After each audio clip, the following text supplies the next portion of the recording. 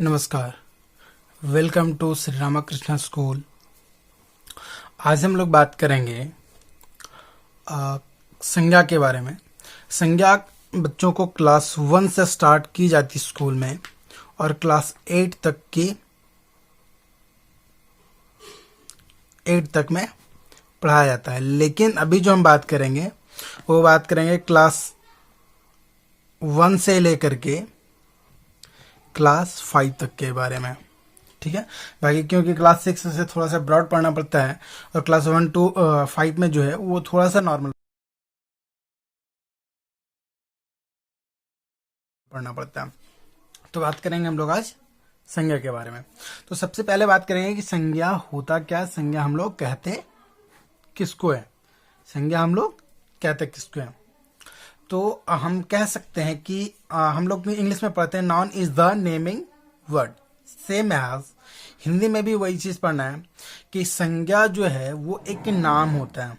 ठीक है, जैसे यहाँ पे लिख के रखा हुआ है कि संज्ञा का शाब्दिक अर्थ होता है नाम। क्या होता है? संज्ञा का शाब्दिक अर्थ जो है वो होता है नाम। अब इसकी हम परिभाषा पे बात करेंगे। क्या बात करेंगे? परिभाषा पे बात करेंगे।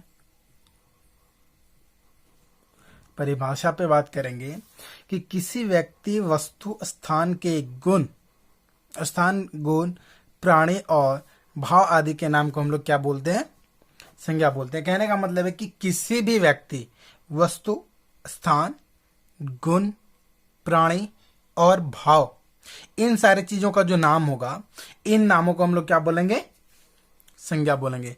अर्थात एक लाइन में सीधी सी बात होती है कि जब भी कोई नाम आता है उस नाम को हम लोग क्या बोलेंगे? संज्ञा बोलेंगे। आई होप कि आप लोग को यहां तक समझ में आ गई होगी। अब आगे बात करेंगे हम लोग संज्ञा के प्रकार के बारे में। संज्ञा के प्रकार, जो मेन प्रकार होते हैं, जो पुराने व्याकरण के अकॉर्डिंग, आज उस पर बात करेंगे। अगर आप लोग को थोड़ा सा कोई प्रॉब्लम हो इसमें तो आप लोग कमेंट कर सकते हैं, तो उसमें नए व्याकरण के अकॉर्डिंग भी कहीं पे हम लोग को वीडियो बना दिया जाएगा। कहीं पे हम लोग को 2 मिलेगा, कहीं पे 3 मिलेगा और कहीं पे 5 मिलेगा। तो आज हम लोग 5 भेद के बारे में बात करेंगे। तो संज्ञा के जो प्रॉपर्ली भेद होते हैं वो 5 हैं। कितने हैं? 5। यहाँ पे नाम लिखा हुआ है। पहला क्या है? जातिवाचक संज्ञा। सेकंड नंबर पे है भाववाचक संज्ञा, व्यक्तिवाचक संज्ञा, समूहवाचक संज्ञा एंड लास्ट में द्रव्यवाचक संज्ञा। तो आज हम लोग अब इन 5 भेद के जो होगा इसके परिभाषाओं के बारे में हम लोग बात करेंगे। तो पहला पॉइंट क्या हमारा? जातिवाचक संज्ञा। तो जातिवाचक संज्ञा पे हम लोग बात करेंगे। जातिवाचक संज्ञा की परिभाषा क्या होती है? हम लोग सारे जो इसके पार्ट्स हैं, चारों जो 5 जो प्रकार है, इनके एक एक एग्जाम्पल के साथ समझेंगे ताकि हम लोग को समझने में बहुत आसानी हो सके। पहला चीज क्या है कि हम लोग बात करेंगे जातिवाचक संज्ञा पे। तो जातिवाचक संज्ञा से समझने से पहले हम लोग बात करते हैं, थोड़ा सा आप लोग ध्यान रखिएगा कि जाति का मतलब क्या होता है। किसी एक पर्टिकुलर व्यक्ति का होता है, या जो एक जाति होती है वो एक पूरे समूह का बोध कराती है। इस पे बात करेंगे हम लोग। ठीक है, तो देखिए सबसे पहले क्या होता है कि जिस शब्द से एक ही जाति के अनेक प्राणियों, वस्तुओं का बोध हो, उससे हम लोग क्या बोलेंगे? जातिवाचक संज्ञा बोलेंगे। जैसे क्या है कि हम एक शब्द बोलेंगे और उस शब्द से उस संपूर्ण जाति का बोध होना चाहिए, जिस भी चीज के बारे में बोलेंगे। जैसे हम लोग बात करते हैं लड़की। ठीक है, जब लड़की बोलेंगे तो किसी एक पर्टिकुलर लड़की के बारे में बात हम लोग नहीं कर रहे। वो क्या होगा कि जितने भी लड़की हैं उस संपूर्ण लड़कियों के बारे में बात किया जा रहा है। जैसे दूसरे बात में हम बात करेंगे पहाड़।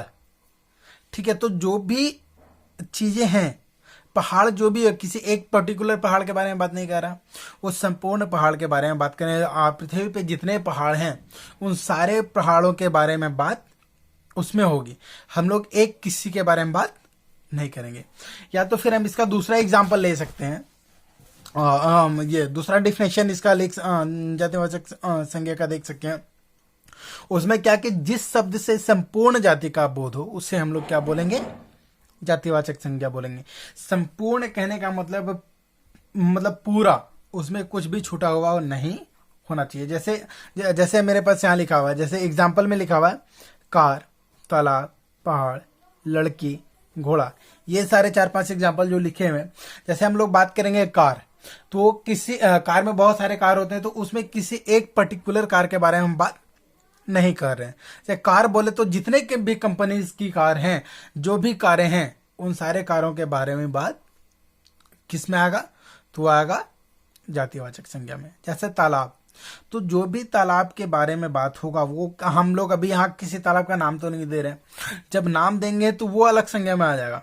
लेकिन जब हम किसी भी चीज का नाम नहीं दे रहे हैं तो वो हमारा किस में आएगा, जातिवाचक संज्ञा में आएगा। आई होप कि आप लोग को जातिवाचक संज्ञा अच्छे से समझ में आई होगी। अब क्या बात करेंगे, अब सेकेंड पार्ट जो था हमारा वो है भाववाचक संज्ञा। अब हम लोग भाववाचक संज्ञा पे बात करेंगे। भाववाचक संज्ञा होता है क्या है, भाव का मतलब क्या होता है कि उसके अंदर की जो भाव है वो क्या भाव अपने पास रखता है, इसके बारे में हम लोग आज बात करेंगे भाववाचक संज्ञा में।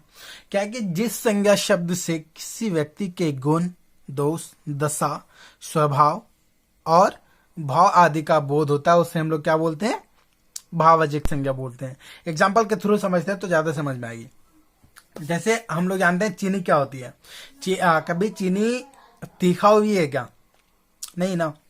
तो ये हमें कैसे पता चलता है कि चीनी मीठी है, तो जब चीनी की जो मिठास है, वो मिठास जो, वो चीनी का भाव क्या है कि चीनी मीठी होती है। चीनी क्या होती है, मीठी होती है। तो चीनी का भाव जो होगा वो मिठास होगा। मिठास क्या है, चीनी का भाव है।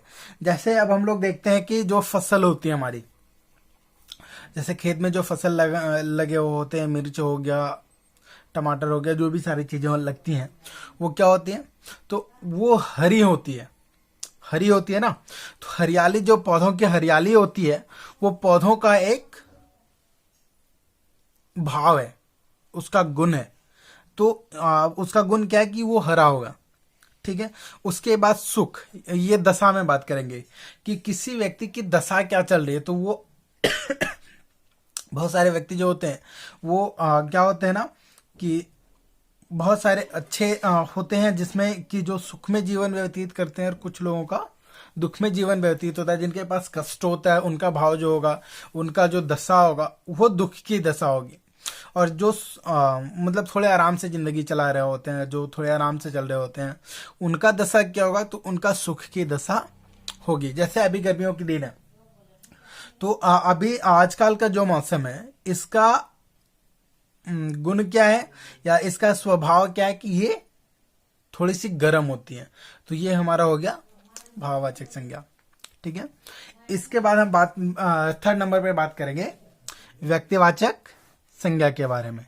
व्यक्तिवाचक संज्ञा होता क्या, अभी जब हम जातिवाचक संज्ञा पढ़े ना, तो उसी से थोड़ा सा रिलेटेड इसमें होगा कि उसमें हम संपूर्ण जाति के बारे में बात करते थे, और इसमें हम पर्टिकुलर के बारे में बात करेंगे। जैसे कि डिफिनेशन यहाँ पे लिखा हुआ है, इसी से पता चल जाए हम लोगों को।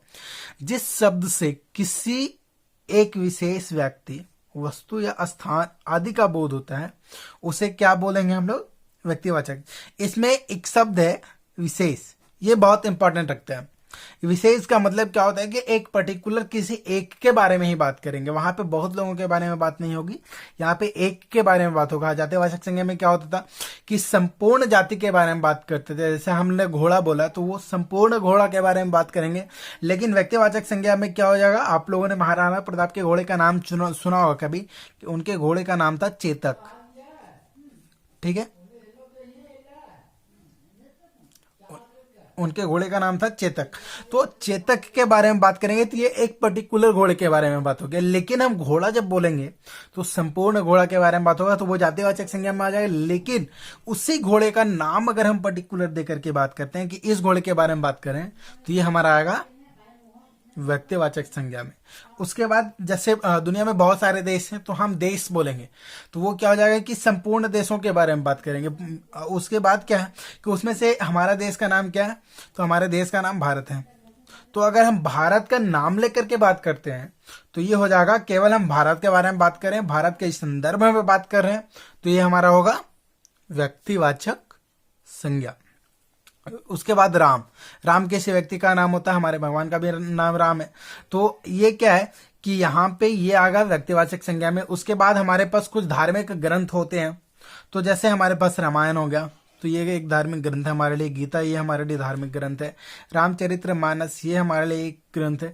तो जब हम किसी एक पर्टिकुलर नाम पे बात करेंगे तो हमारा क्या होगा, व्यक्तिवाचक संज्ञा। और एक पूरे समूह के बारे में बात करेंगे, जैसे आदमी, तो वो क्या हो जाएगा, संपूर्ण मानव के बारे में बात करेंगे तो मेरा मानव हो गया। लेकिन हम किसी मानव के एक मानव के बारे में बात करेंगे तो वो क्या हो जाएगा, हमारा व्यक्तिवाचक संज्ञा। और जब उसी के गुण, उसी के दोष, उसी के भाव के बारे में बात करेंगे तो हमारा क्या हो जाएगा, भाववाचक संज्ञा। आज हम लोग तीन ही पार्ट के बारे में बात करेंगे, क्योंकि वीडियो बहुत ज़्यादा लंबा हो जाएगी और थोड़ा सा आप लोगों को बोरिंग भी लगेगा। तो इसीलिए आज इसी पार्ट इन तीनों पे बात करेंगे। नेक्स्ट वीडियो जब लेकर के आएंगे तो उसमें हम वो 2 पार्ट क्लियर करेंगे। और आई होप कि आप लोग को अच्छा लगा होगा। अगर अच्छा लगा होगा तो चैनल को सब्सक्राइब कर दीजिएगा, बेल आइकन को प्रेस कर दीजिएगा। और अगर वीडियो पसंद आई होगी तो वीडियो को लाइक कर दीजिएगा। और अगर नहीं पसंद आई होगी तो डिसलाइक करिएगा और अपना सुझाव कमेंट बॉक्स में जरूर पेस्ट करिएगा। Thank you.